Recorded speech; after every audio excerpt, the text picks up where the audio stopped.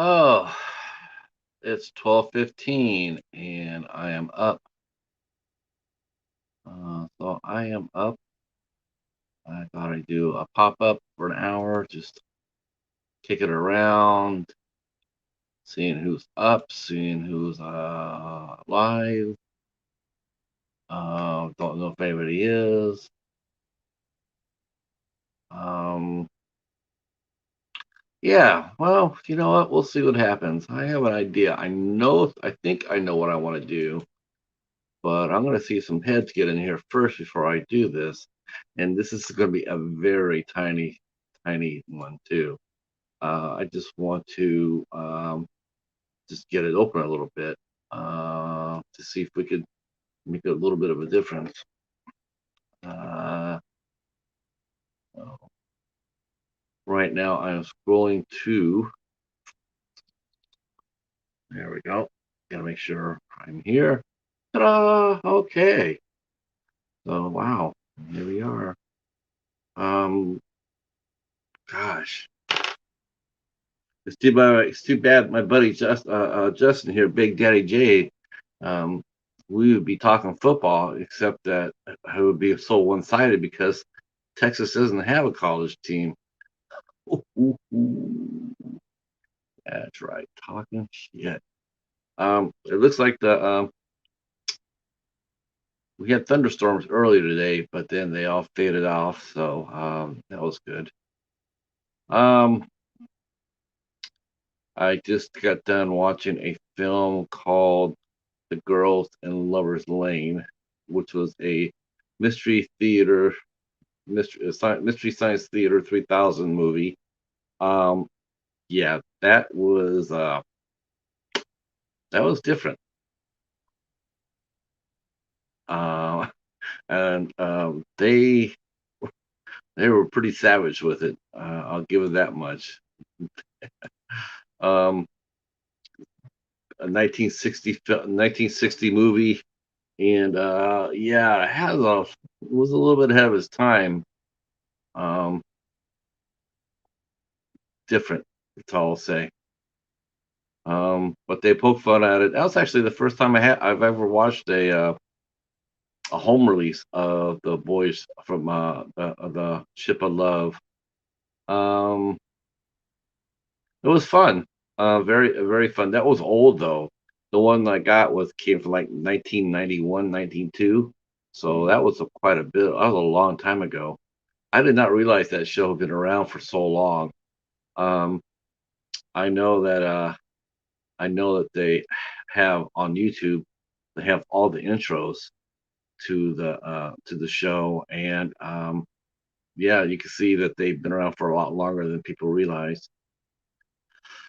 Oh, uh, so what's going on here? Well, uh, first and foremost, gotta say that I had a great interview with Thais Muse, Thais Muse, from the Netherlands, film director, screenwriter. We had a great interview, and I'd like to thank everybody that came out to the chat and supported it. And hopefully you can catch it on replay if you missed it. It's very interesting how filmmakers have to handle doing their craft in a different country. I like talking to different filmmakers that way. You always get a different perspective than from here in the States. Um, it's always going to be different. It's never going to be quite the same way as it is over here. Um, hmm. So tomorrow night, we are rocking and rolling still. It was supposed to be Directors Week this week, but unfortunately, due to circumstances beyond our control, um, didn't quite work out that way. Uh, we do have Michael Casey tomorrow at 8 o'clock Eastern Standard Time, our regular time. And then on Thursday, we have a young actor, uh, Sean Anthony Robinson from Australia. He'll be here on Thursday. And then, yeah, that'll be interesting. Um, very. we were originally supposed to schedule. We had originally scheduled Christopher Moore, the director from Triggered and Children of Sin, but he couldn't make it this week, so we had to push his date back till next Wednesday, a week from tomorrow. So he'll be there then. Um, so we got just reached into a hat, pulled out a rabbit, and we got Sean Anthony Robinson. Um, so we'll talk about life as an actor down in Australia. Um, that'll be cool. I've always enjoyed talking to actors down there. No, he would not be our first. We've talked to a couple of other Australian actors, and it is a different way down there. It's different. It's very much like the Netherlands. It's not nearly as big as it is here in the States, though Australia is much bigger than the Netherlands, to be sure. Um, yeah, uh, and of course, next week or next this Sunday, we have the midnight hour on this channel here, and we're talking to John Oak Dalton. I actually he's done a new movie called Scarecrow County, and I went and I looked. Um, Hobbs from Hobbs Horse sent me this movie a while back, so I watched it. Watched it, and this is actually the first movie in the Scarecrow genre, the Killer Scarecrow genre. Up until this movie here, this came out in 1981 on CBS. Um, this is the first Scarecrow movie. Um, and I tell you one thing, I'm going to do my review on it. So I don't want to go too much into detail, but I will say that it's a fantastic movie. Extremely surprising on so many levels. Um, Especially when you think about that the cast, um, some of the kills. Holy shit! It definitely would hold its own today. That movie does not age. That is a very, very effective movie, and even more so is the fact that it's a TV movie. It went places that most TV movies, hell, especially back then, they would have never. I don't know if they would try something like that today. I don't know. Cable TV, yeah. I mean, yeah. The movie was actually intended to be a film, a feature film, but then CBS wanted it and bought it, and they released it and they aired it twice on CBS. They aired it once in 1981, and then they repeated it one more time in 1985. Um, sometimes something a sometimes network TV would do, especially if they produced it or they financed it or produced their own movies. Um, so very good movie. Glad I got it. Um, and we're going to be talking to the author, the screenwriter of Scarecrow County, and among other movies, John Oak Dalton on the Midnight Hour on the 25th. And yeah, I'm looking forward to that. I mean, it's going to be trippy. Um, it's going to be interesting to see how John writes his movies and how does he what his process works, how it works, where he gets the ideas from, everything else. It's going to be a great night. I'm looking forward to it. Um, I would recommend as a companion piece to that interview.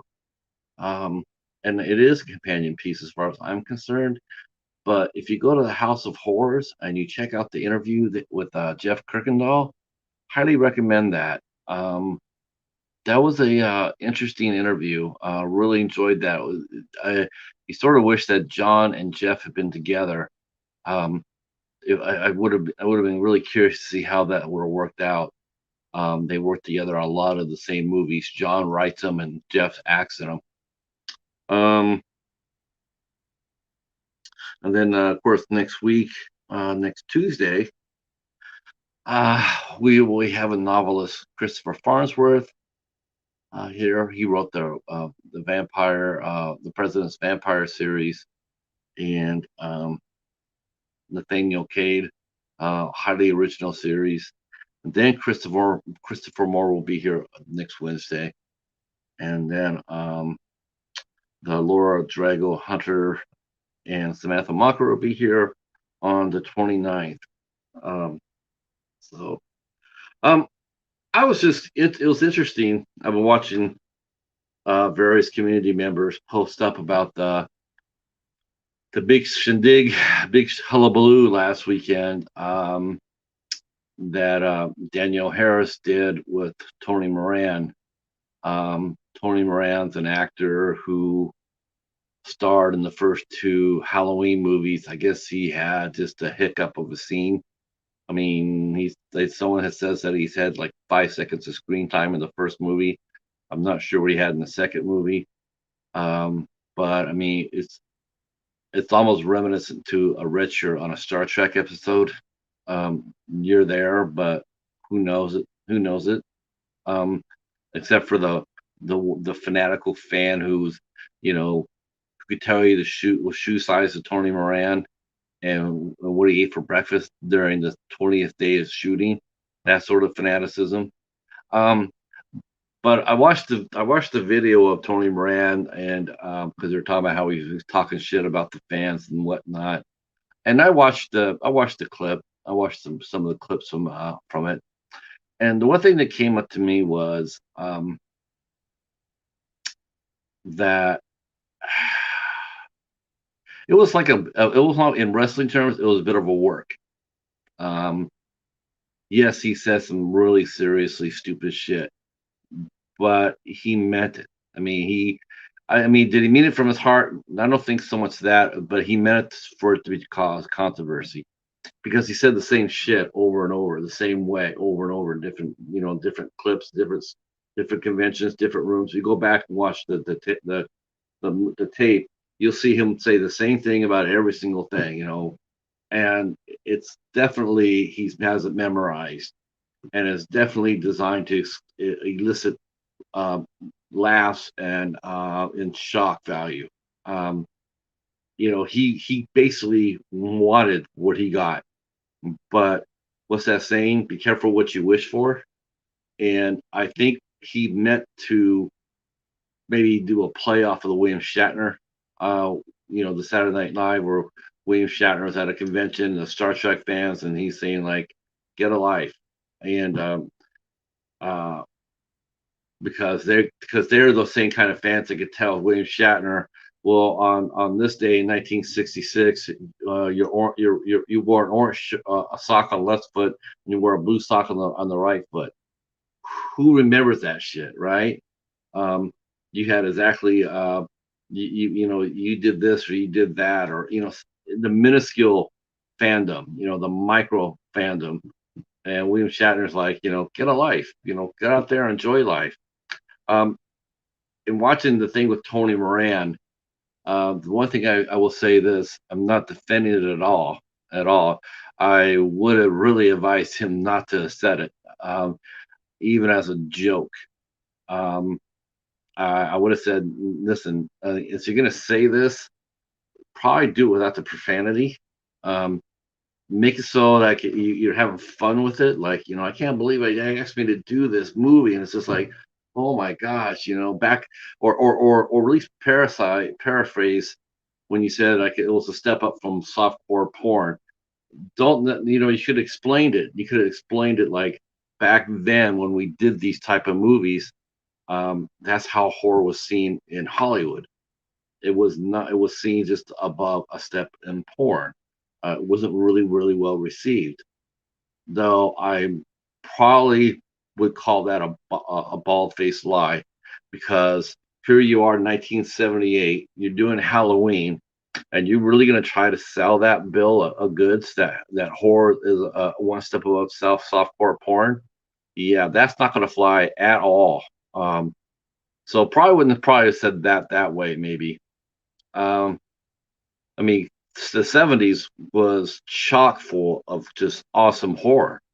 I mean, and not only just independent horror, but you're talking like horror movies that had major studios backing them, made big money at the box office, had major stars doing the in the cast in the 70s.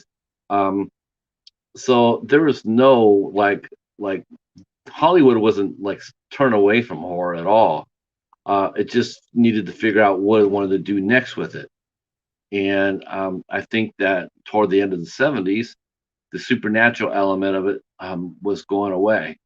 Um, like The Exorcist, The Omen, The Omen 2, other well-known horror, Carrie, um, other well-known films, supernatural films had they were sort of dying out. The genre was, how it goes. How it goes with horror. It ebbs and flows. One year it's super hot, and next year it's not.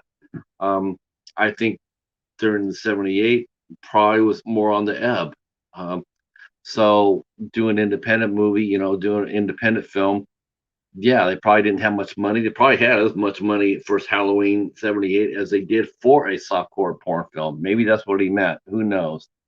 Um, I do know that it wasn't uh, a market shame to do it. Um, he's sitting there talking about he can't believe Donald Loomis or Donald Pleasant's going to do this piece of shit, as he says. Well, why not? Well, why not? I mean, that's the beauty of horror films in many ways. Hey, Chadwick. I'm just commenting on the Tony Moran situation.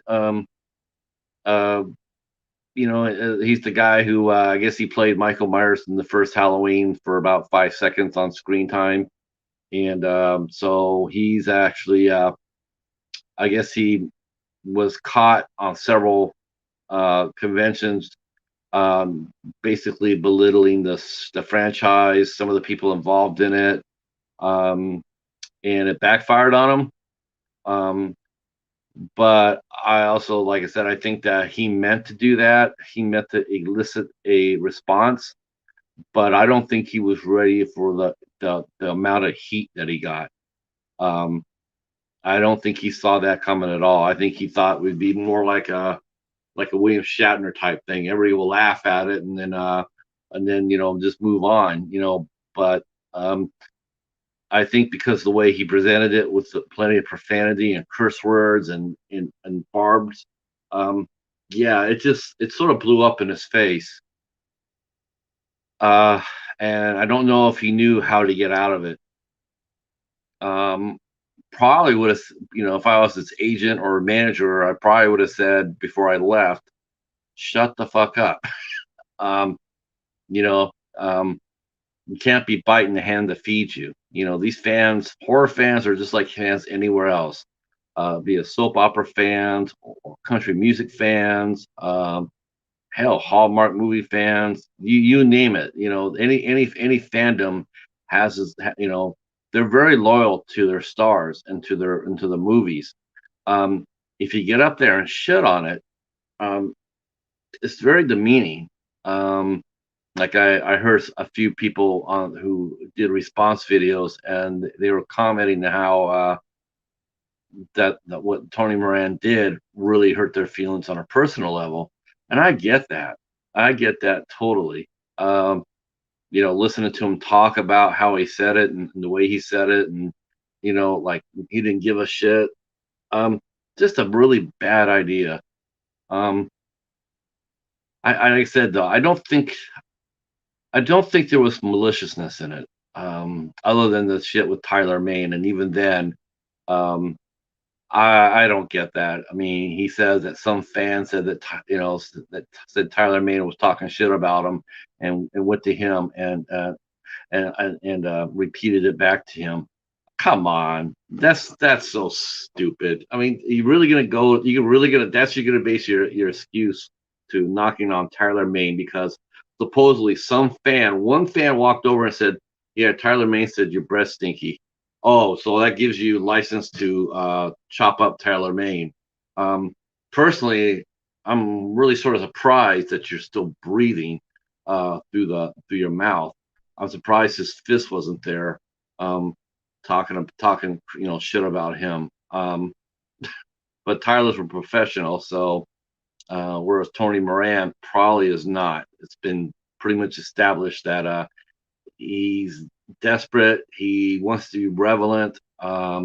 You know, with each Halloween movie that comes out, his little blurb in history becomes less and less.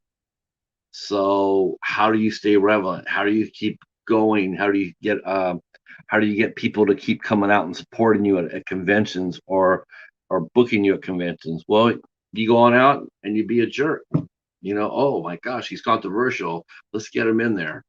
Um, because people are going to come by there and say, "Hey, I heard what you said about Halloween '78 and John Carpenter and Deborah Hill. That's not very cool, man."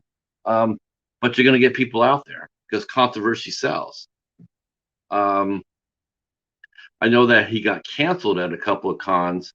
Um, not he got asked not to show up, but honestly, I mean, they're not losing anything. Um, I really don't see anybody dashing over there to get your autograph, even if he had said nothing at all. I don't see a lot of fans dashing over to have you signing their shit for 5 seconds of screen time. Um, I mean, I've seen other actors do that. I mean, they had a brief little blurb, and they literally have gone to conventions on that. I played a red shirt on Star Trek episode number 84, and and it's like there they are, little picture and everything else, and that's their call, that's their claim to fame. And if it is, it's theirs. They own it. I mean, I can't really talk too much trash about that. I mean, they did do it, and they, if that's their, if that's their claim to fame, then by all means. Um, but I do think that with every year that goes by, you become less and less relevant. Um, I think you get less and less phone calls to come to do these conventions, especially now the conventions are such a huge moneymaker now. Um, when I when I started going to conventions with my buddy Farm Boy, um, there were celebrities there. Um, Probably I would call them like C level, um, maybe a couple of Bs, um, because the convention had just gotten started. It really wasn't that big. It was building. Um, Not and all the celebrities, back then. I will say this: the celebrities back then, during those early years, were much more friendlier than they are now. Um, I think there's a lot of disconnect between fans and the people, some of the stars at the conventions, especially the ones that really don't have much going. I was a zombie on The Walking Dead, which is true. There was somebody who played a cop and a zombie, and they were charging like $35 or $40 for a picture, and like $40 for an autograph. And when we looked, there was nobody at their table at all. Um, it was absolutely insane for them to sit there and expect people to come up there and pay money for that. Um, but of course, now conventions are huge money makers. Promoters are under tremendous pressure to bring the best lineups they can get, and they're competing with each other. Um, it's not easy booking a convention. It is extremely hard, uh, because especially if you're genre specific. Um, I mean, if you're doing a Comic Con, if you're doing San Diego, oh, you can get anybody you want from anywhere, and they're going to draw. Um, but when you're doing like a Comic Con, a horror con, and that sort of thing, you're looking to draw a certain amount of clientele, and there's a very finite number of stars that you can get that will actually draw people to the convention. Oh, you could grab any 20 people that worked on 20 different movies to come to your convention and advertise it, but unless they have a big name or have done a decent movie, um, you could have 20, you could have 40, You're not going to get that many people if nobody knows who they are. Um, and while that works with smaller conventions, the bigger you get, the more pressure is to get those big names. And you don't book the B levels or the C levels or the D levels anymore. You go ahead and you book the biggest names you can get because you might be competing with another convention, you know, 100, 200 miles away. And we all know that fans will drive to conventions. They will drive hundreds of miles to conventions. Uh,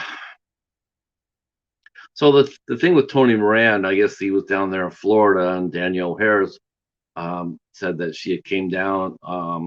She normally doesn't get there early for her tables. She generally comes like a half hour late. To build up a little crowd and whatnot. She doesn't really like to be there when the door is open. But she went down there a little early, and there's people gathered around her table and other people's tables, but there wasn't anybody at Tony Moran's table. And so she decided that she was going to, interview him impromptu and find out what the hell happened. And he went out there and he gave his half-ass comment, his half-ass apology about it, and the fans pushed back. I mean, I read several people who I know that love Danielle Harris. They absolutely adore her, but they didn't adore that.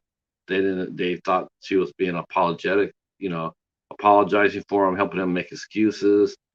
He didn't seem contrite. He didn't really seem that he really meant it. I don't think he didn't so much mean it. I just don't think he understood exactly how much damage he did to himself. I think once he started losing convention spots, I think the bell rang off in his head. Like, yeah, people aren't, I'm getting told by these smaller conventions that they don't want me anymore. That's bad.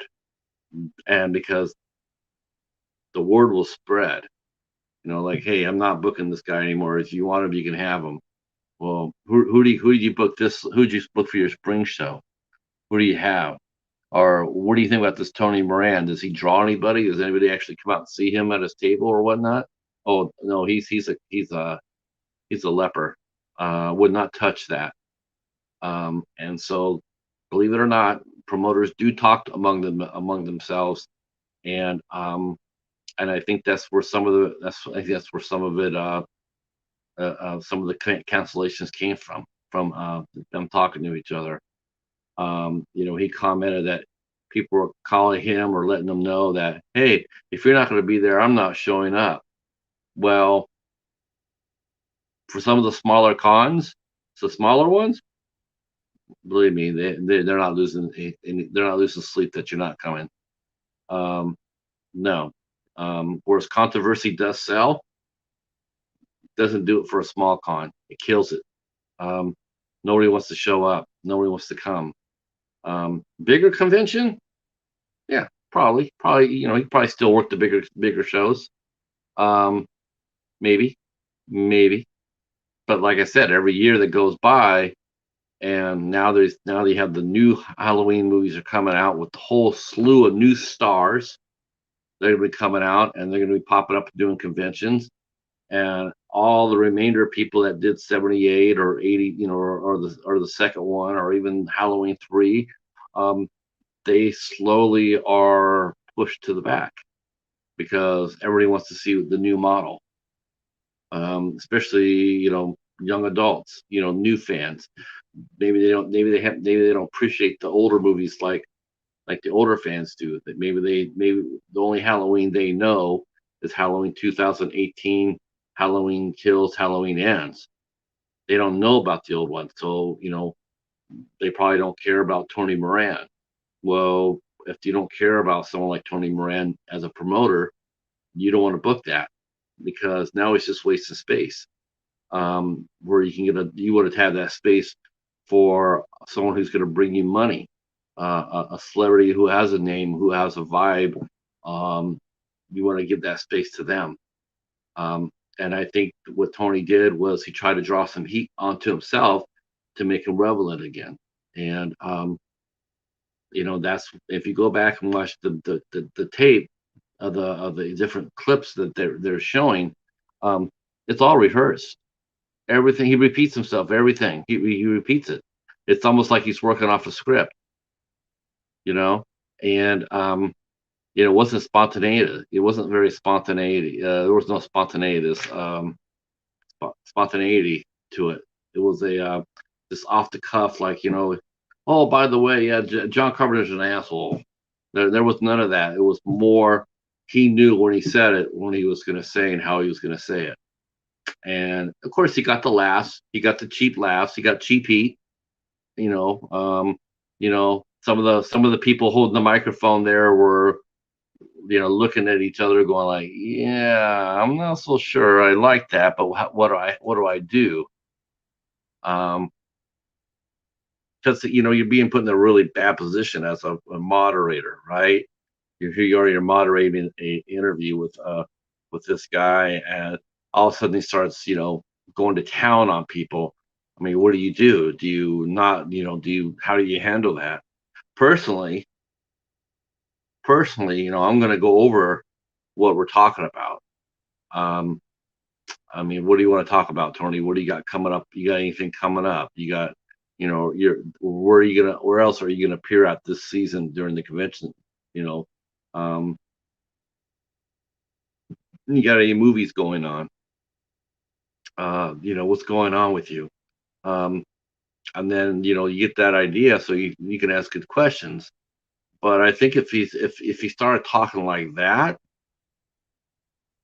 yeah, I probably would have just said, I don't think this is the time or the place to bash anybody.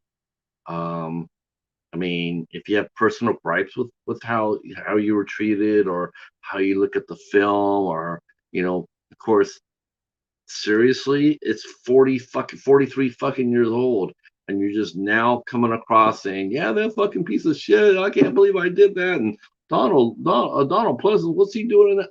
Dude, 43 years after the fact, and now you're running your mouth off? Oh, like, come on.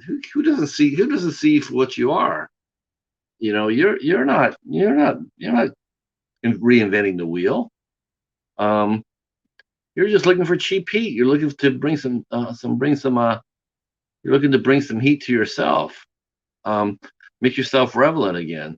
And Danielle Harris, she got caught in the falls with that, and so she did her little video interview with Tony Moran, and the fans pushed back. And not only did they not push back against Tony, but they pushed back against her for doing it, for seeming to be on his side. And of course, that led her to do a follow-up interview, um, with herself, basically walking herself back from that interview that she did before. She said no, she wanted to sit there and say, "I'm not Team Tony. I'm not." I mean, some of the shit he said he shouldn't have said, and this and that.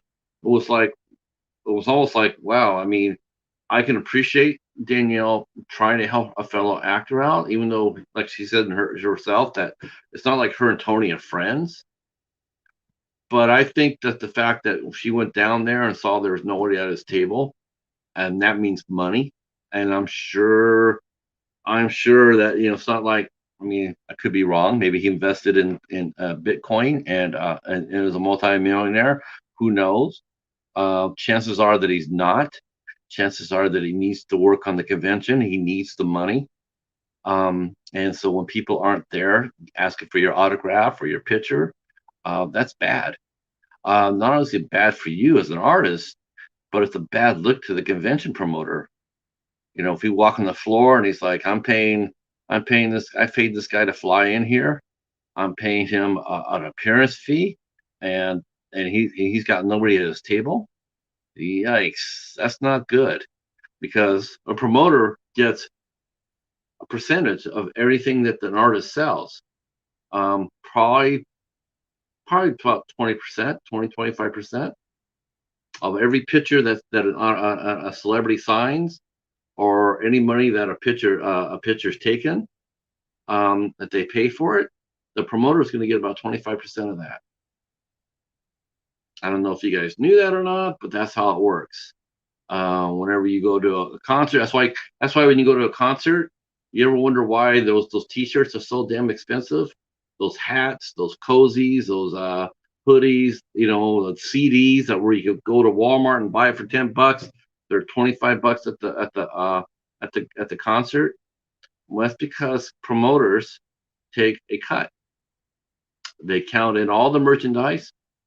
They count in if Tony Moran's there and he's got like 500 pictures, they're all counted in. 500 pictures. He might be allowed to give out 20 for free. That won't go against his cut. Because sometimes the celebrity can do that.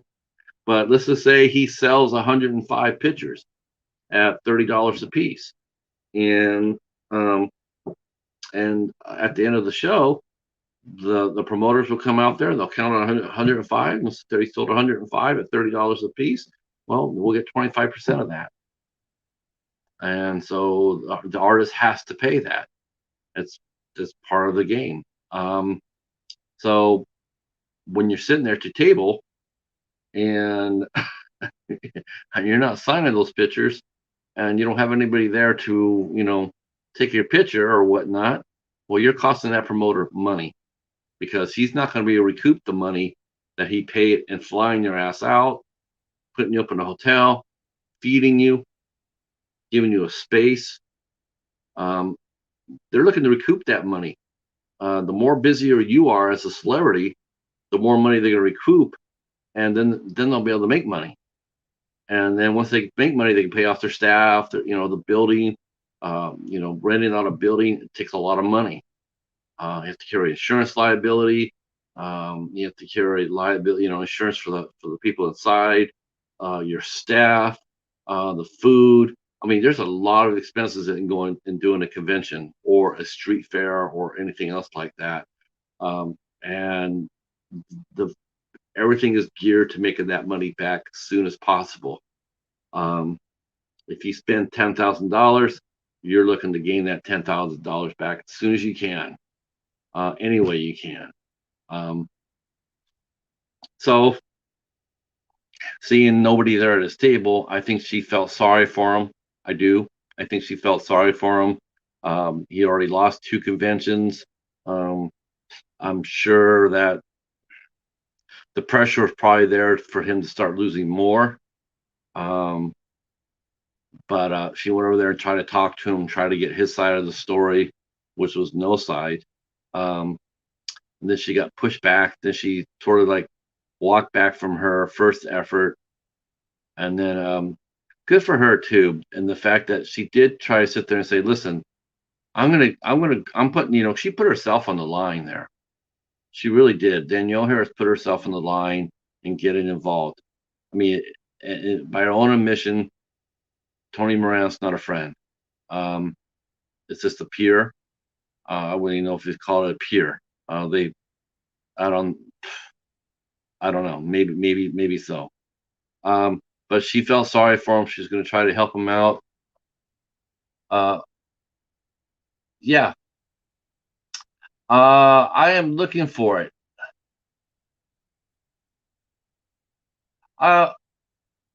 Oh, good. No, not a problem. That's just me on my soapbox here. I think you can get Ebola Rex through the Wild Eye, through the Wild Eye website. I can show that if you haven't caught that yet. Check out Hamilton Book too. Hamilton Book might have it. Let's see. Oh,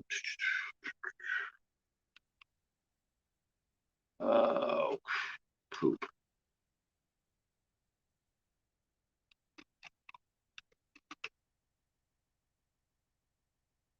See, is it Wild Eye releasing? Yeah, I think it is.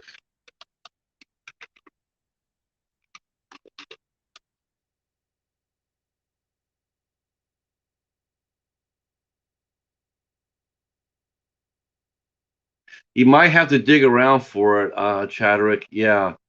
Oh, you found it on Amazon. Okay. How much are they asking for it on Amazon? Just curious.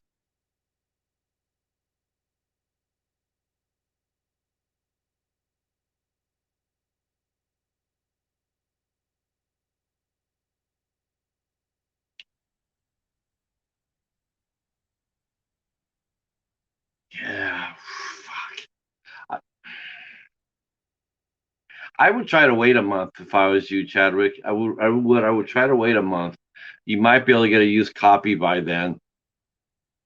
I mean, unless you don't mind spending the $10 for it and the shipping. Um, yeah, I'd like to see it too myself. I mean, Mike he was really fired up about his performance in that movie. Um, it sort of reminded me of a Tremors movie. I can't remember which one it was. They were down in South America, I think it was, and the movie was almost like two different movies. It was like two different movies. It was like there's one half of this movie over here, and there's another one. They're supposed to be together. It was just really weird how it was filmed. I got that impression. Uh, oh, that's awesome.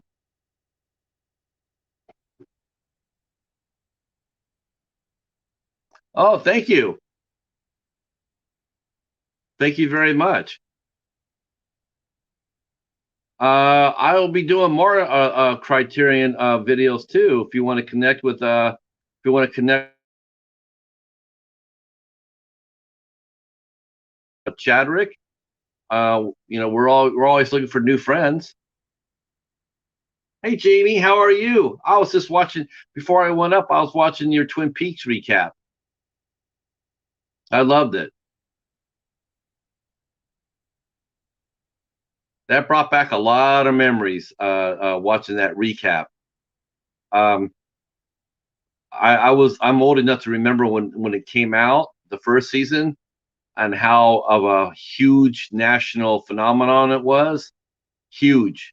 Um, and then the second season, it just went away.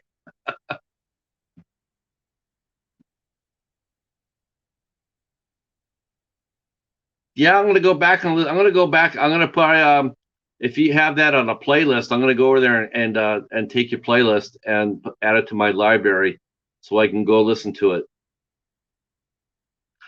It says I'm frozen here, so let me back out and I'll come right back in. This happens once in a while.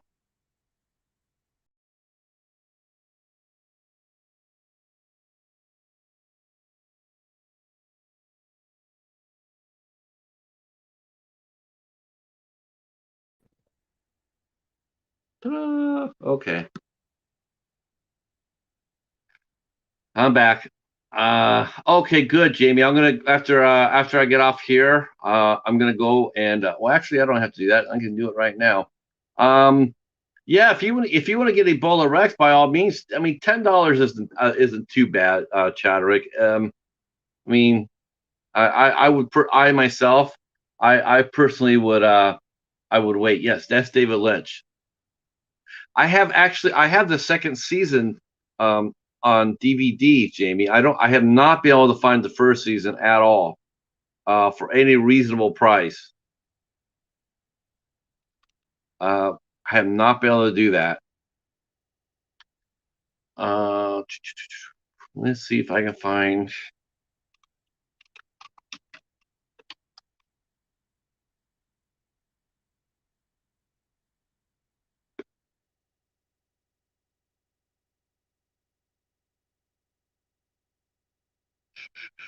Oh, there it is. Yep. Full playlist and bam. Okay, I got it. So I got your. I took your playlist.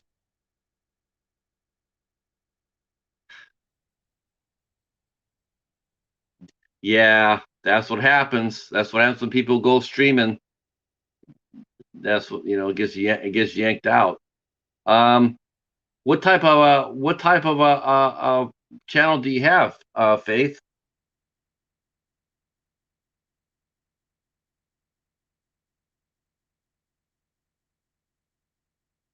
See, Faith and Misery. I can type that up. I want to see what it's about.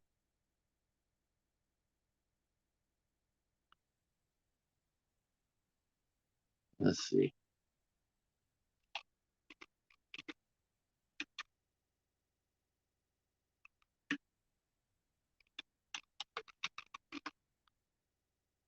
All right, we'll see what this is about. Oh, wow, you just started. Are you gonna become a content creator, Vic?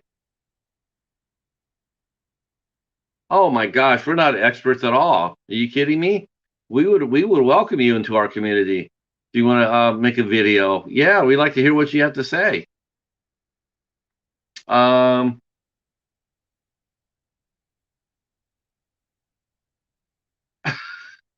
a top 10 hot chicks list. Woo! Wow. I mean, top 10 hot chicks in horror, or just overall, just top 10 hot chicks.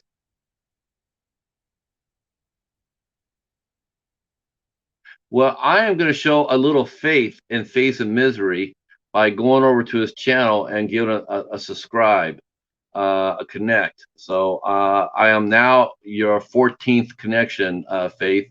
I have faith that you will come up with some content. All right. So in fact, I have faith if I put your overall. Wow, that is hard.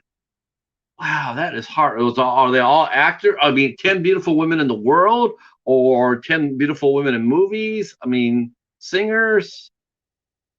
Hey, Tim. Here we go. Okay, because we all believe in faith, right? We all have faith, even though it does make us a little bit miserable. So here is Faith and Misery's channel right here. So let's all connect with Faith and Misery here. So maybe he'll feel encouraged to make some content. Um,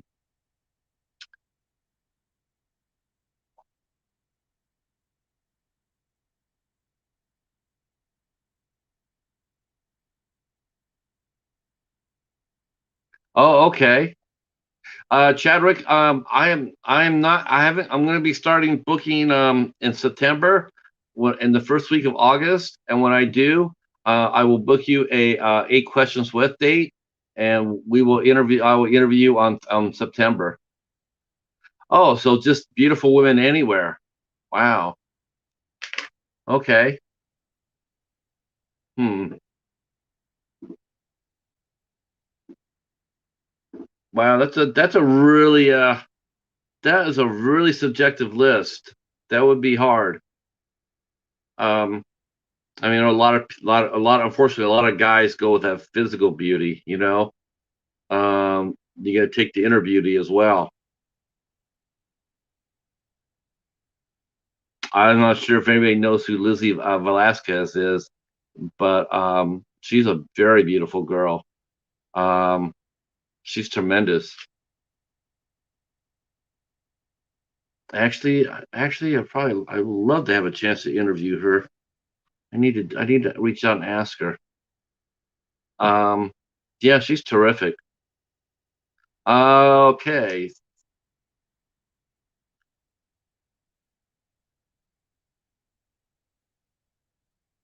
Yeah, that seems like it would be a lot of fun. Now, are they gonna be doing the 10 best looking guys for next week? So there's fair play involved. So you can go back there and be on that and pick your 15 best guys. That seems fair. Uh, who was your number one pick, Jamie? I'm sure it was an artist, a writer, or maybe even a politician. So an advocate of some sort.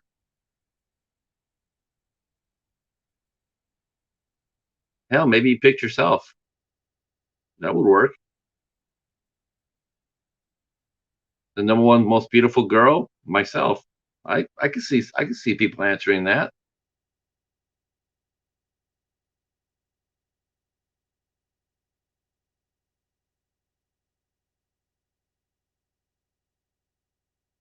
Oh, Anna Kendrick. That's a really good choice. Yeah, I really like her. I really like Anna Kendrick too. She can do anything. Um, Man, that's a real good question. Ah, my gosh, the 10 best. Oh my lord, I don't know. I don't know. I would have to really think hard about that. Well, number one would be easy. That would be my wife. Um, so 2 through 10, who would I pick? Wow, that's boy, that's a hard one. Plus 5 honorable mentions. Um,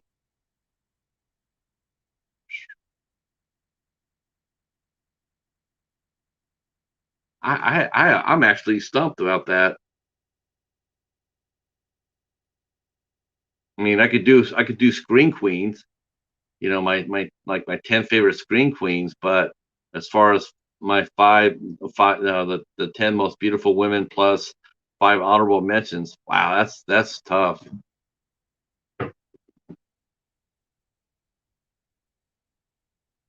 Oh, Brad Pitt, yeah. Oh, I wasn't allowed to pick my spouse? Oh, oh. Urgh. I guess the person I picked to be number one would definitely be 1A. Um, wow.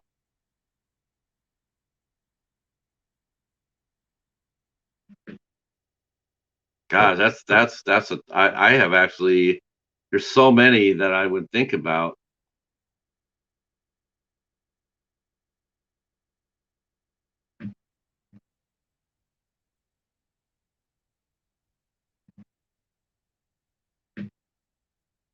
Hmm, that's a really tough question. I have to go take a look at that slacking cast, slacker cast. I'll have to I'll have to go over there and take a look at that and see what you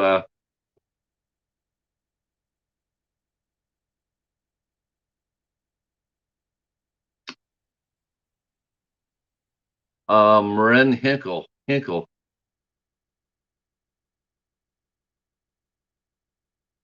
Okay. Um, all right. What about you, Faith? Faith and Misery.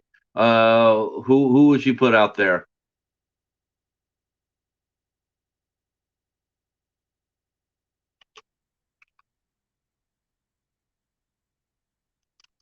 I'm sure Faith would have an interesting answer.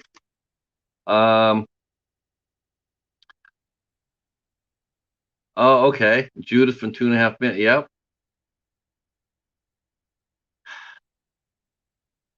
Sure, I could do that. In fact, I'll even bring him over here.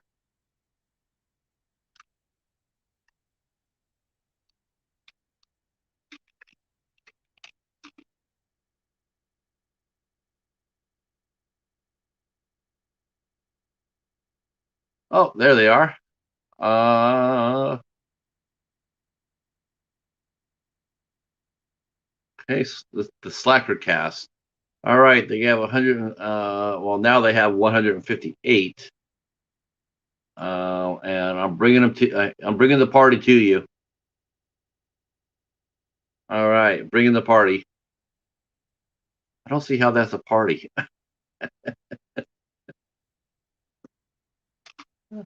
All right, so there they are right there. And when you go over there and connect with everybody, everybody, if you guys go over there to the Slacker cast, please let them know when you leave your comment that Jamie sent you. We definitely want to give her the credit. So when they wake up tomorrow with 4 or 5 extra new friends, where they came from. So that would be awesome. So what did you guys think about? What are some of your thoughts about the Tony Moran situation? I was doing the rant and raving about it, but I'm curious to see what you guys feel. What did you feel about that whole incident? Do you think Danielle Harris should have just left enough alone? Um, I hope they do, and I hope they all come back and connect with us too.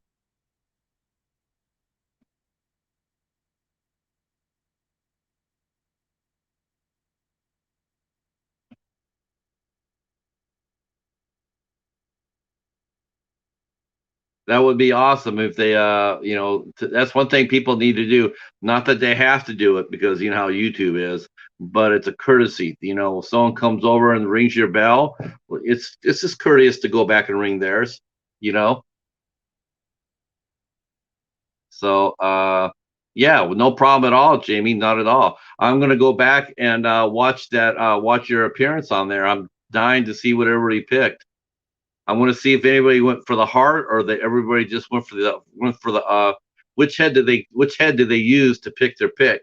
Did they use the big head or the small head?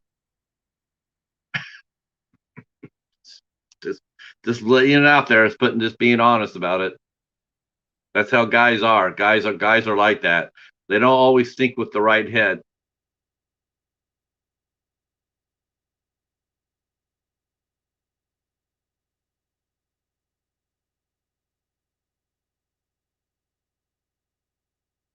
Thank you very much, Faith. Thank you very much for your connection, sir.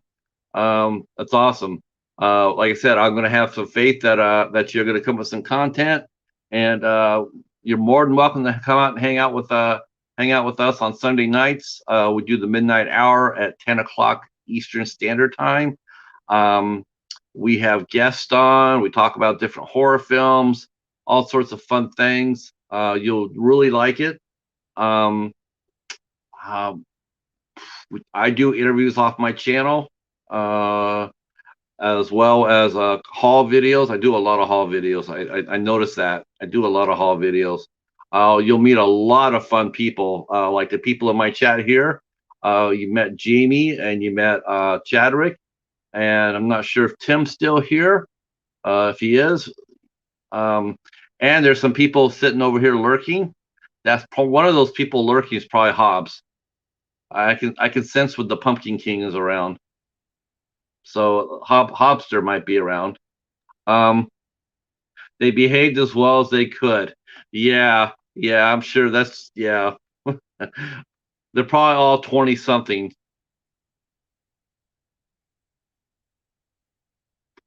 That happens. Well, I guess I can instantly tell you one. I can automatically think of one person that would make my top 10 list right away. That would be Audrey Hepburn. I would have to pick Audrey Hepburn. Um, that would be one. Um, uh, thank you for the kind words, Chadwick. I appreciate that. Yeah, we work really hard on it. Me and the Hobbs, Jennifer Tochi. Um, I do believe, I'm not quite sure yet officially, but I do believe we're going to be getting Undead Nightmare 24 joining our party.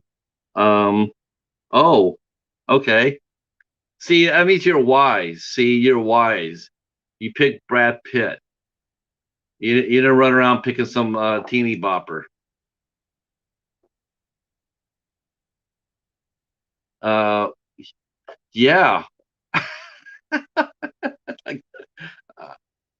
Oh, great. Yep, I'll be here tomorrow night, Faith. I'll be here tomorrow night at 8 o'clock Eastern Standard Time.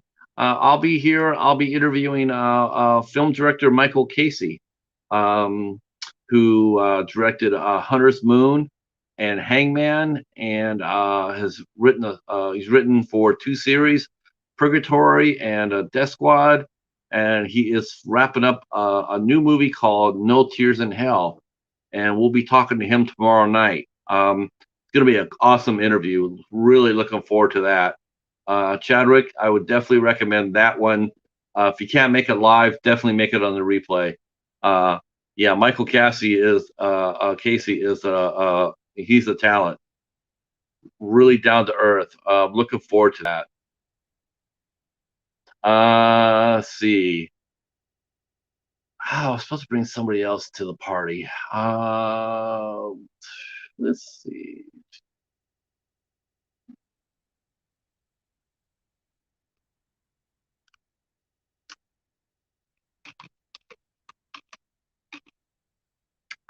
Well, let's see. This is how we do it.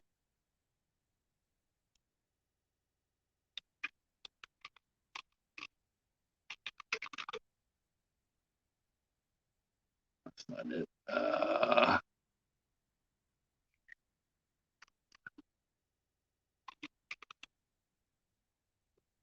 All right. All right.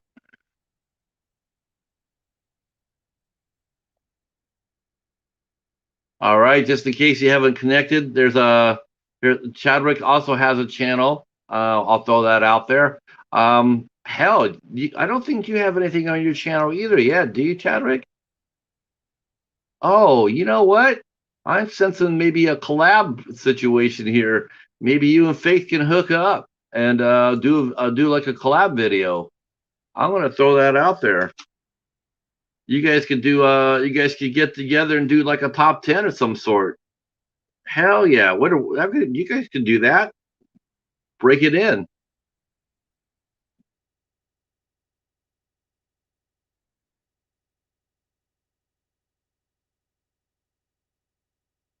Yeah, everybody believes me when I tell them how old I am. I tell 'em my age, and everybody's going like, "Oh hell no, you're older than that." No, I'm not, but thanks anyway.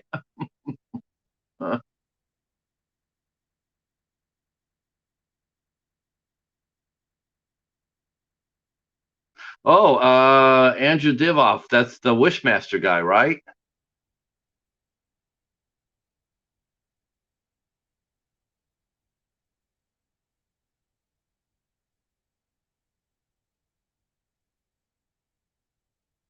Yeah, that would be yeah, I'm telling you right there, Faith. Connect with Chadwick and you guys could maybe get swap on like Instagram or Facebook and come up with some sort of collab, you know? Yeah, Wishmaster. Yeah, that was a fun series. I didn't they release that on I think I want to say I could be wrong. I want to say they released the Wishmaster movies on Vestron, but I could be wrong about that. Maybe I'm thinking maybe I'm thinking something else. Waxworks.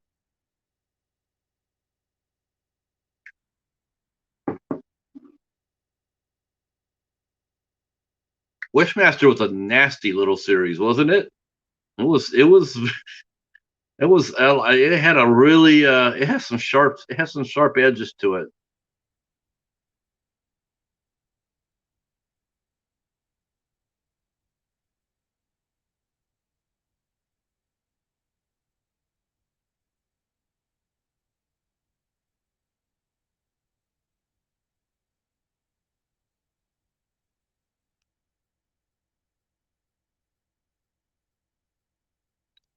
Uh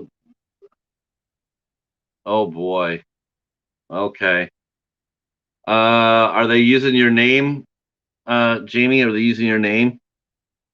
I'll let everybody know about that.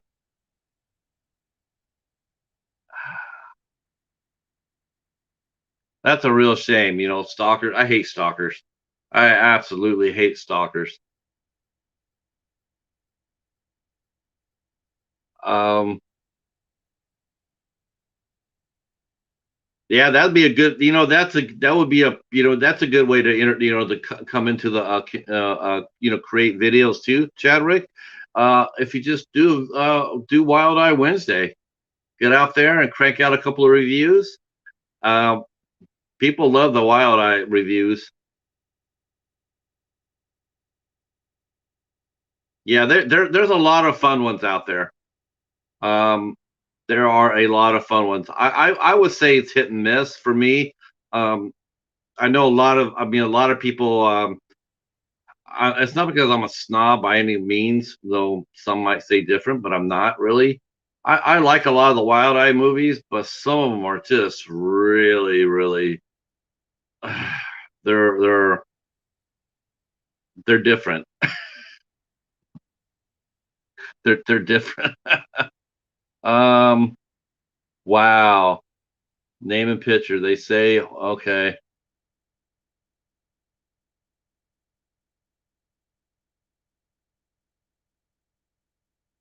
Wow. How did he get your first? How did he get your real name? Ah, jeez. Do you know what though? You know what though? You could go to the police department with that. You can take that to the police department, and they'll track him down through his ISP. Uh, you can hide underneath 20 different accounts, but you only have one ISP, and you will be found. Even if you think you're being clever by going to a library, you will be found. You can't hide.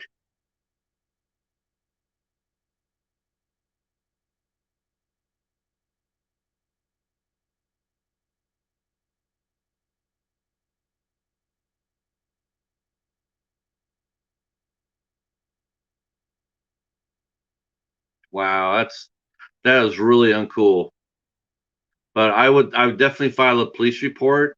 I definitely definitely contact Google and send the police report to Google, so they would take it seriously. Um,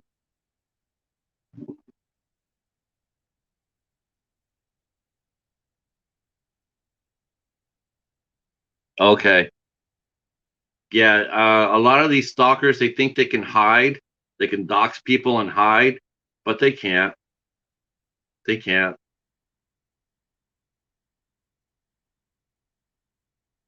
You know, especially if they're sitting down in their mom's basement. You know,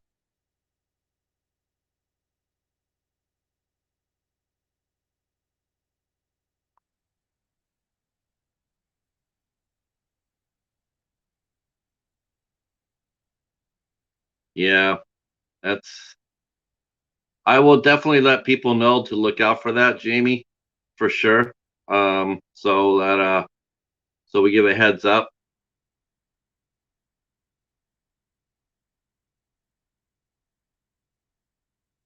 Wow, we got seven watching, and well, we got two thumbs up. Thank you so much. Oh yeah, I knew. You know what? It's saying the Pumpkin King's name is like saying Candyman's name. If you say the Pumpkin King's name three times, he'll come. So if I say Attack of the Killer Donuts, Attack of the Killer Donuts, Attack of the Killer Donuts, we'll get Hobbs. Uh oh yeah, hell yeah, Hobbs. I'm sure there's people in our community that could actually track down somebody's ISP number. People think they can hide. I don't know why they think that. Uh, I the Pumpkin King is here. Um,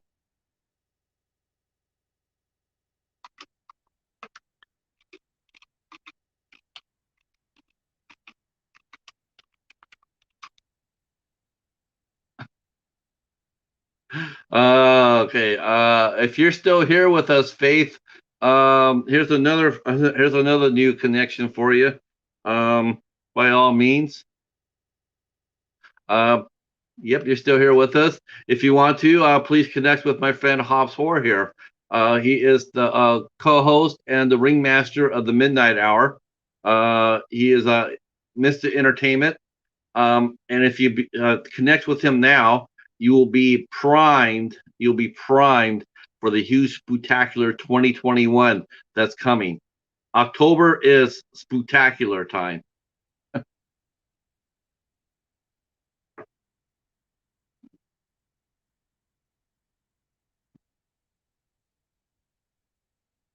Okay,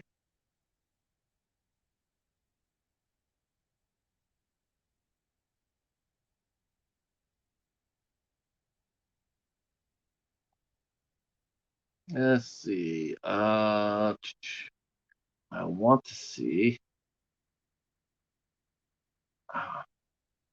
Oh, the horror man. Let me. The horror man actually reviewed Monster Force Zero. All right. Um.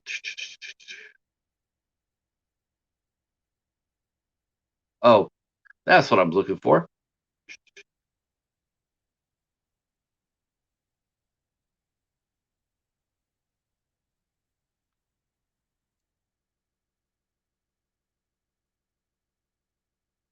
Sweet.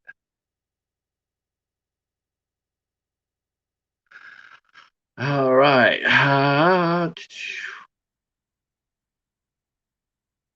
Now, here you go. Notice the title of this chat. It's called Random and Light for a prize of some sort.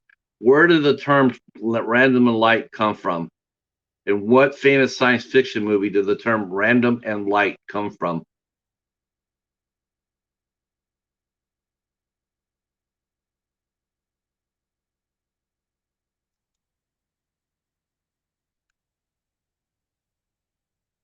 All right, let me toss. I'm going to toss out Haas here.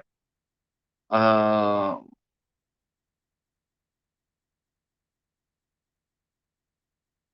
yeah, Hobbs. Jamie and her group. They had a chat, and they had to name their top 15, 10 most beautiful women, and they got to have 5 honorable mentions. I just told them that for you, you would name Fairuza Balk 15 times.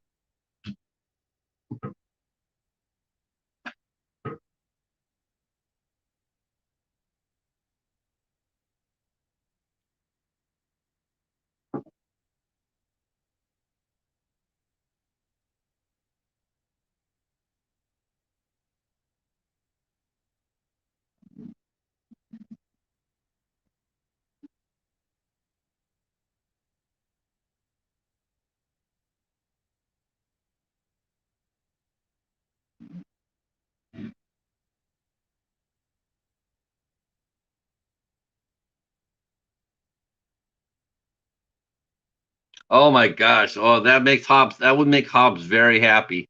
That'll make Hobbs very happy because he loves Fairuza Balk.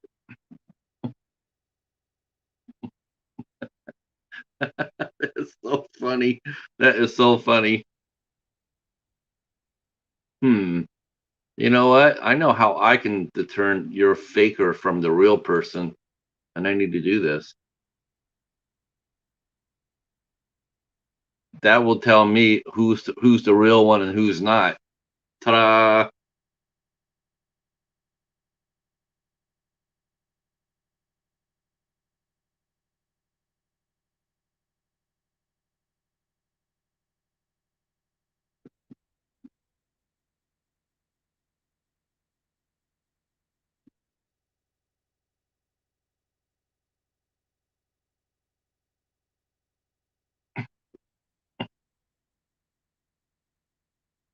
No, he. Oh, oh, okay. Hobbs is no afraid of no ghosts or trolls.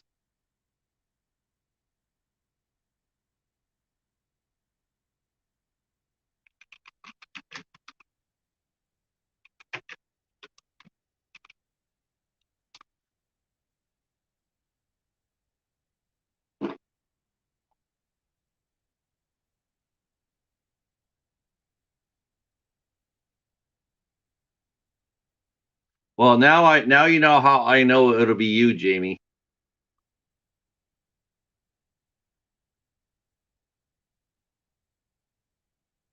Well, except for maybe T.J. Watt there, though, Hobbs.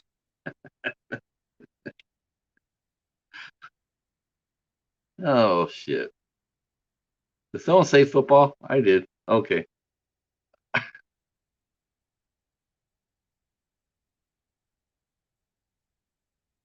Yeah, that's a great movie, Chadwick. Chocolate Strawberry Vanilla. Yeah, that's a top 10 Wild Eye movie. Not only is it like a top 10 Wild Eye movie, but it's a damn good movie regardless. That is really good. Um, yeah, there's almost two thoughts with Wild Eye. They're serious. They're more serious fare, like Chocolate Strawberry Vanilla, House of Salem, Doom Room, and then you got your comedy. Like the Ouija Shark, Monster Force Zero, Baby Frankenstein. You got your serious fare, and you got your comedy. I tend to really like their more serious fare. Though my two favorite Wild Eye movies, um, they are comedies.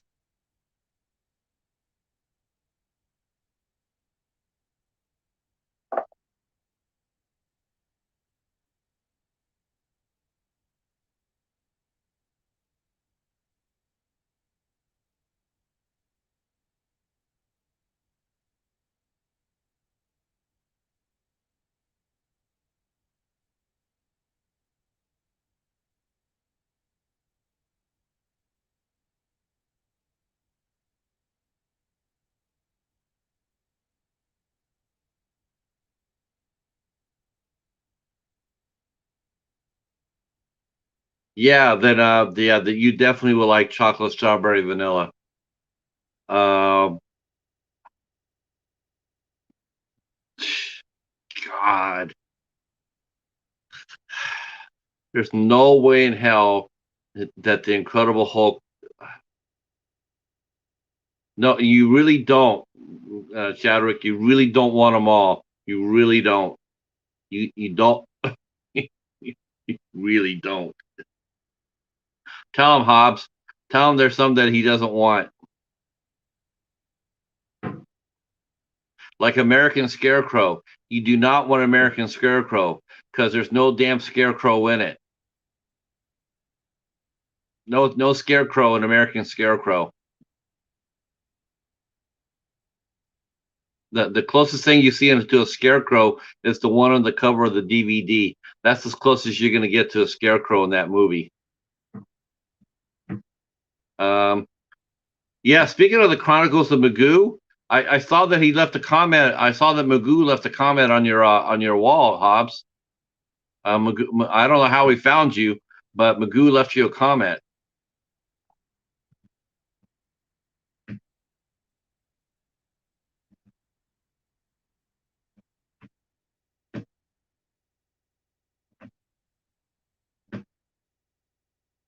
The Incredible Bulk is not a movie you want to get. I mean, not unless you find it for like 50 cents at a yard sale.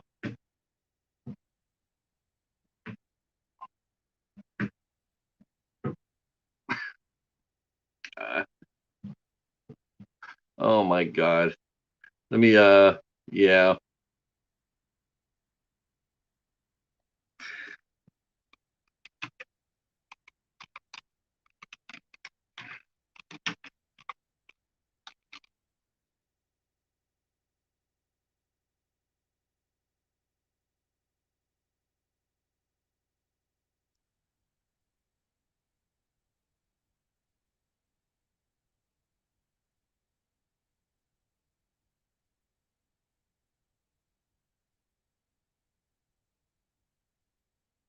Well, there's the trailer for the Incredible Bulk there, Chadwick. You tell me. Um, no Bundy Reborn. We're not doing Bundy Reborn, and we're not doing no.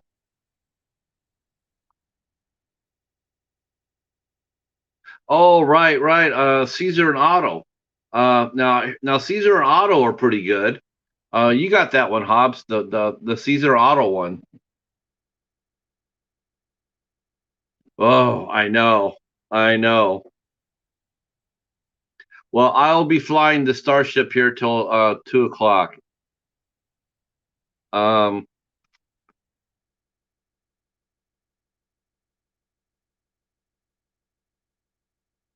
yep, that's how I know it's you. That's how I'll know it's you, Jamie.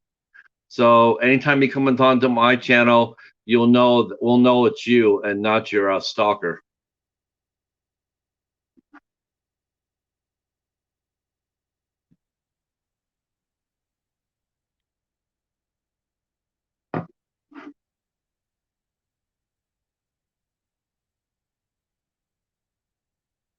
Um, and that means you can put links into the page now too, Jamie. So if you want to put the link to the guy who's interviewing Andrew Divoff, that's a good interview. That's a good interview, I must say.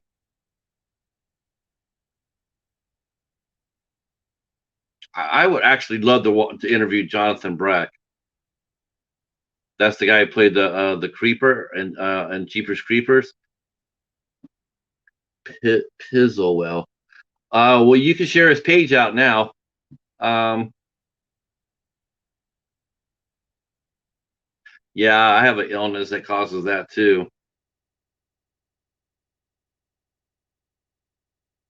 Oh, okay. Let's go take a look.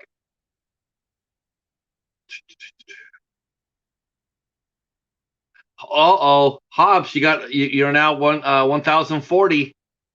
Hell yeah, that's what I'm talking about.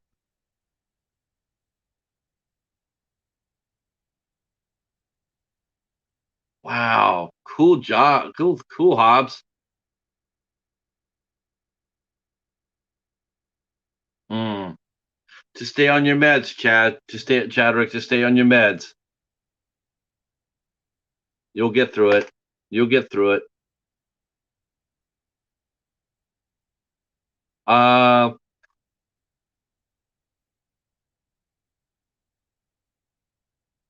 man, Hobbs, that's awesome, dude. You're at 1040. And you guys need to go over there and check out Hobbs' videos. I don't think his videos get the attention that they deserve, and I think you guys all need to go over there and look at his videos more.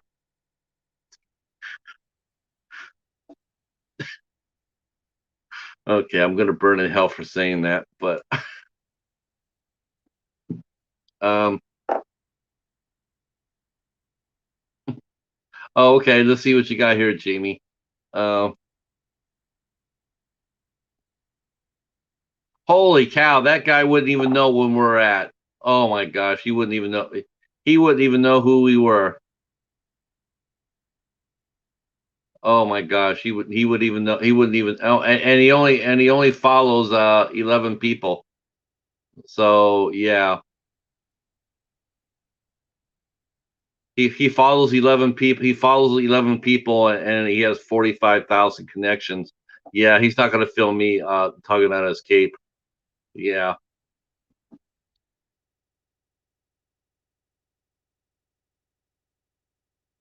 does oh really? That's awesome because that's because you're pretty. That helps.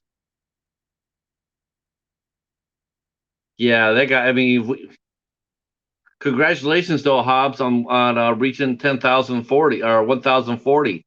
That's awesome, man. On your way up to 1,050. Okay, let's see who this one is.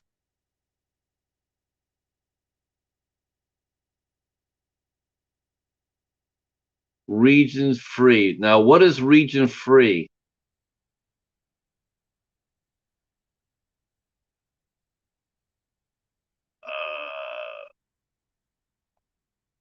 Oh, okay. Oh, Christian Hannah Hoare. I know who that is. Uh, oh, okay. So this is okay. So you're part of a bigger group. That's cool.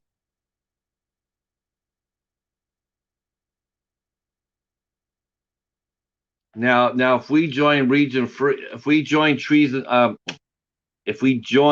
free, I mean, do you have control of that too? thank, thank you, Chadrick. Thank you. Hobbs will keep trying to push that shit on you. The Incredible Bulk. He didn't even make it through the trailer, Hobbs. Thank you.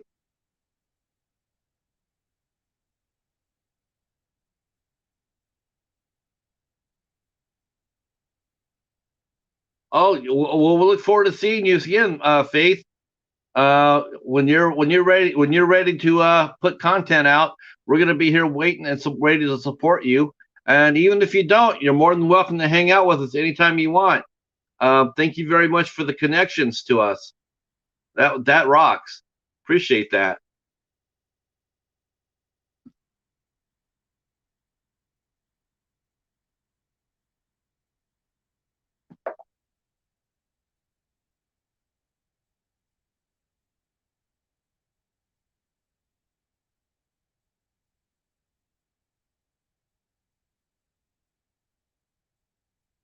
Wow, it says we have seven going. We have seven going at 1:40 in the morning.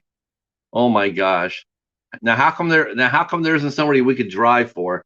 Damn, we need someone to drive for, but there is nobody. Uh okay. I'm gonna connect with Region Free, even though I don't suspect they'll come back at me, but I'm gonna do it anyway. I'll I will connect. I just connected with Region Free.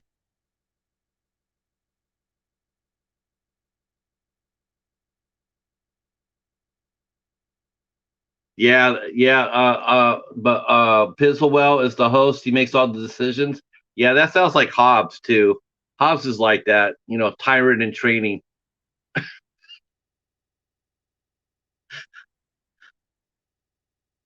That's not even true. Not even close. But I just want to talk shit. Um, wow. I think on a show though, you gotta be yeah.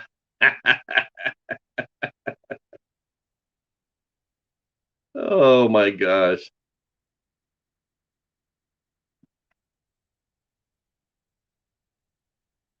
I believe in a true collaboration. You have to, ideas have to come from everybody, but you have to do the work for it too. For that to happen. What? I could create a poll.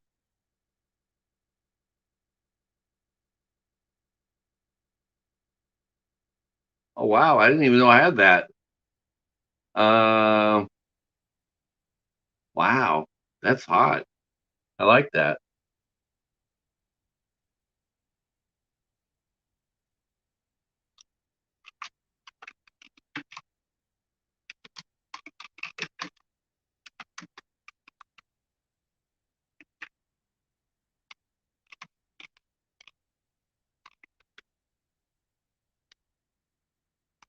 Wow, I thought I didn't know that. So I guess now we have polls on here. Oh, that's cool. Dude, we're gonna use that for our show, Hobbs.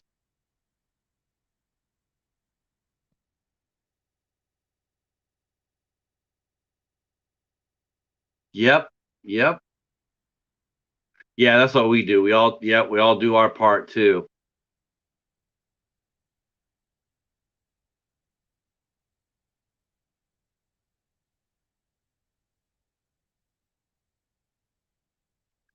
I mean, I think that's cool though that you're part of that, Jamie. I think that's cool. Um, hopefully it works. Hopefully that it'd be nice if they do a show a month. If they did that, then that would actually help your channel grow a little bit too. Um, I've noticed my connections have gone up a little bit more with Midnight Hour and Eight Questions with. I gained four today. I don't know where they came from. Yesterday I was at 288, and today now it's 292. So I'm totally thankful though.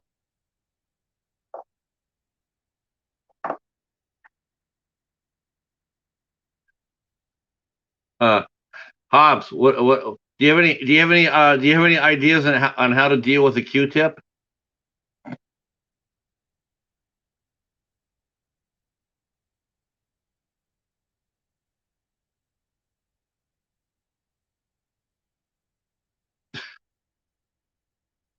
My gosh, that's funny. Okay. Right, right, right. Yeah, rotate. Rotating's great. That's what we're trying to do with the midnight hour. Uh yeah. Me and Hobbs, we rotate the show. Um so we each benefit from it. But of course when you do that, the person who hosts the show, the pressure's on them. Yeah, man. Mike is the real deal. Um Mike is the real deal. The gentleman who I'm talking with tomorrow, Michael Casey, he wrote Death Squad, that Mike was in, the one that showed that he did in Armenia. He wrote that, and so it's a really though I met Mike first, and then I met Michael Casey, and I didn't know they had a connection. I didn't know that when I met Michael Casey. I met Michael Casey through Hunter's Moon, and yeah, we're going to talk about that movie a little bit tomorrow. So yeah, it's and what it was like working with Al Pacino. I mean, just amazing. He's got a great story. I can't wait to share it with you guys.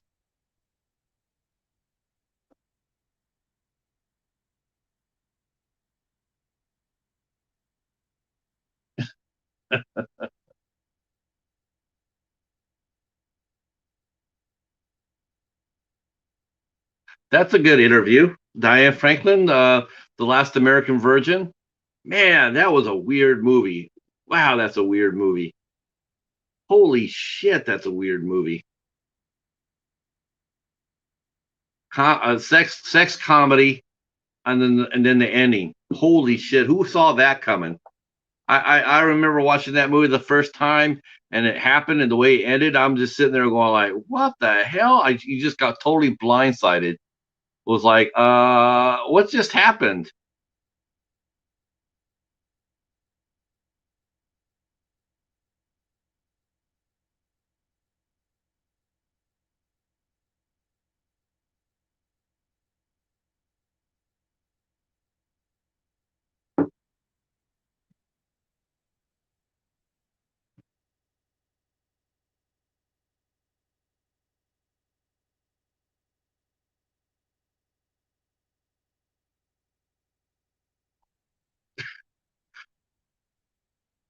You should post that video, Hobbs. Post it.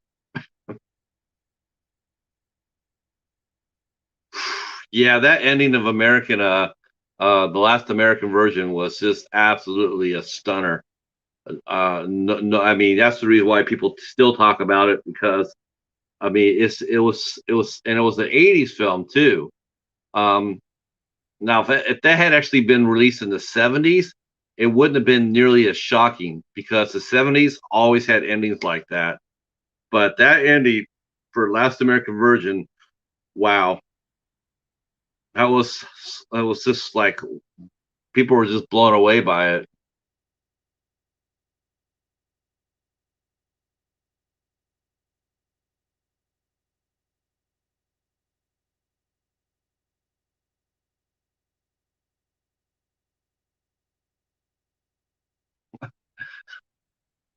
Oh my gosh, that's so funny. Chadwick didn't last. He didn't even last the trailer of the Incredible Bulk.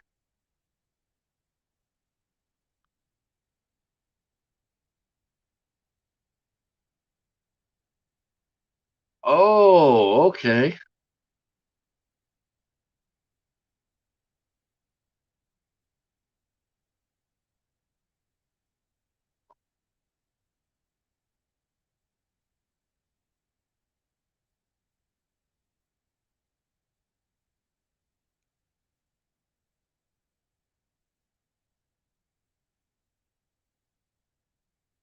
Uh, and what can okay.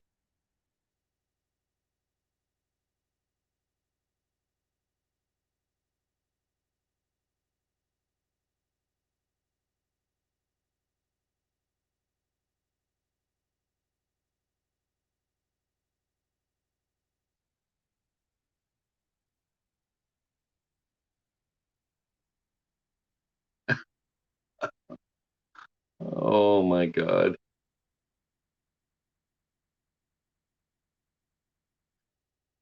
Oh, um, yeah.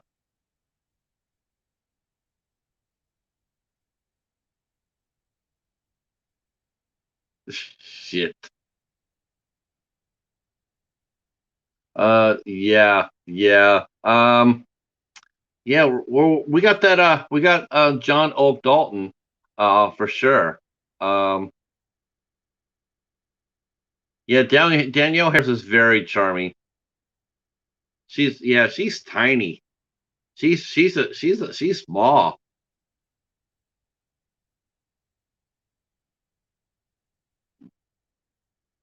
She's like a little firecracker.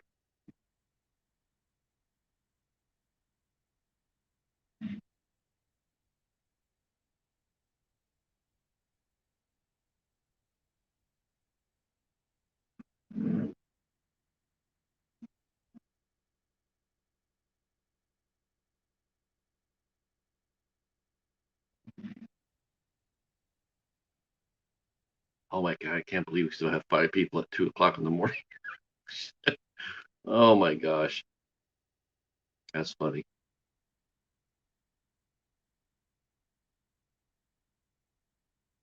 Um, I was talking about the Tony Moran situation, Hobbs.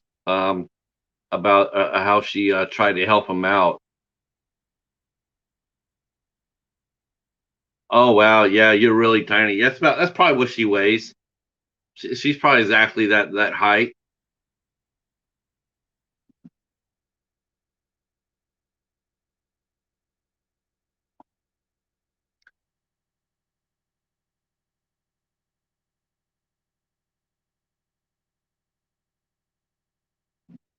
Yeah, we had a lot of fun.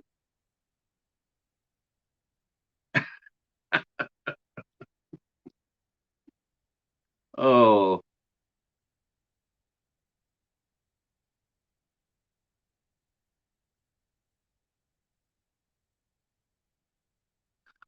you just connected with the Region Free group. I did. I connected with the Region Free group. Hopefully they'll reach back out. But you know how it is with those big. You know how it is with those big channels. Once they get to that 1,000 mark, they don't. It's like, oh, those are the little people.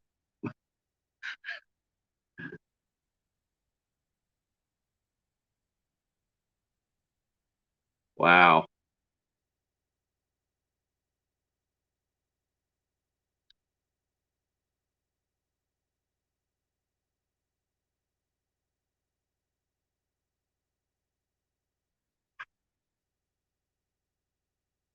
Don't use the word subs. Um, and don't forget to leave a comment too. Try to leave a comment. Don't forget that. Even as old timers need to remember that.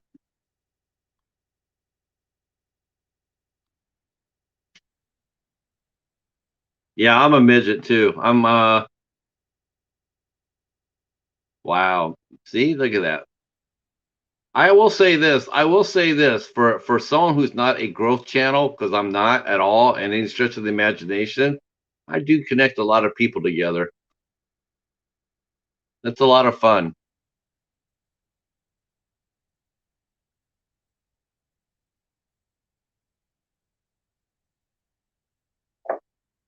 I took a look at yeah, I'm 4 foot 11 flat on my back.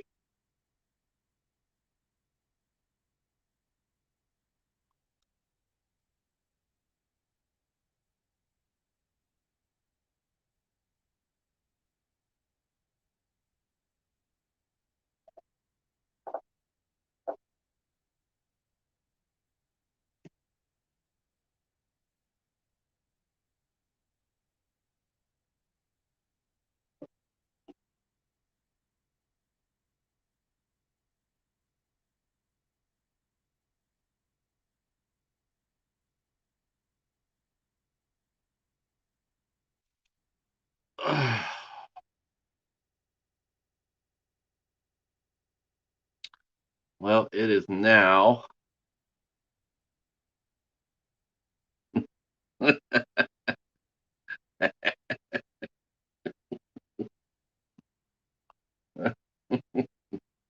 Oh,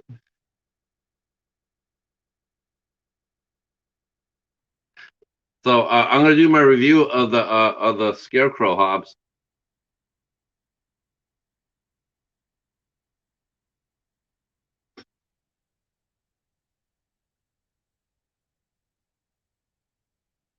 Yeah, this is a pretty good. This is a pretty good movie. I have to say, this is a lot of fun. Let's see. Yeah.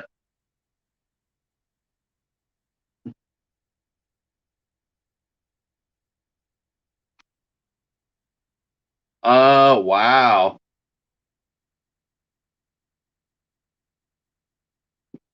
Trevor Bauer, huh? Yeah. I was gonna say because I mean they nailed Domingo Herman for a lot for not nearly as bad. I mean for Trevor Bauer, yeah. I mean Jesus Christ,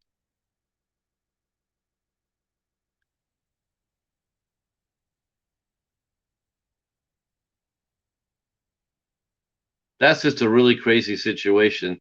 I just hope to whoever really was his girlfriend at the time in real life, I hope they run. Wow. No, I didn't hear about that. Wow.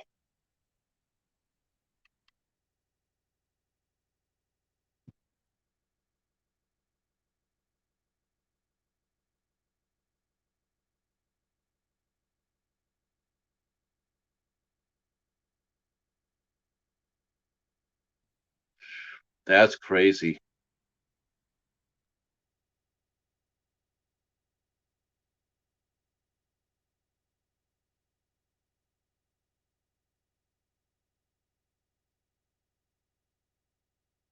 I have to go back and read that. Um, yeah, he's done. I don't see how he's going to get out of that. They might be able to actually void his contract.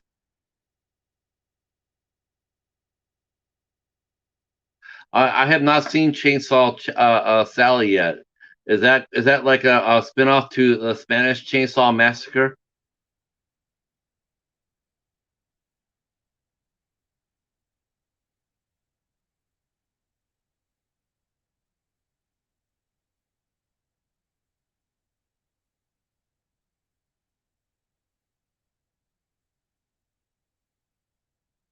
Oh my gosh. All right, boys and girls, it's 2 o'clock. I'm gonna have to pull the plug on this because I gotta get some sleep because I gotta get up early for the library run, and then I gotta get ready for the interview tomorrow and whatnot. But this has been a blast, man. I love doing pop-ups like this. I didn't expect anybody to watch it. Um, if you want to hear what I said about Tony Moran, you can scroll back to the beginning of it. I think I started ranting about 10 minutes into it. But if you want to hear what I had to say about it, you can. Um, um, so I'd like to know what your thoughts are.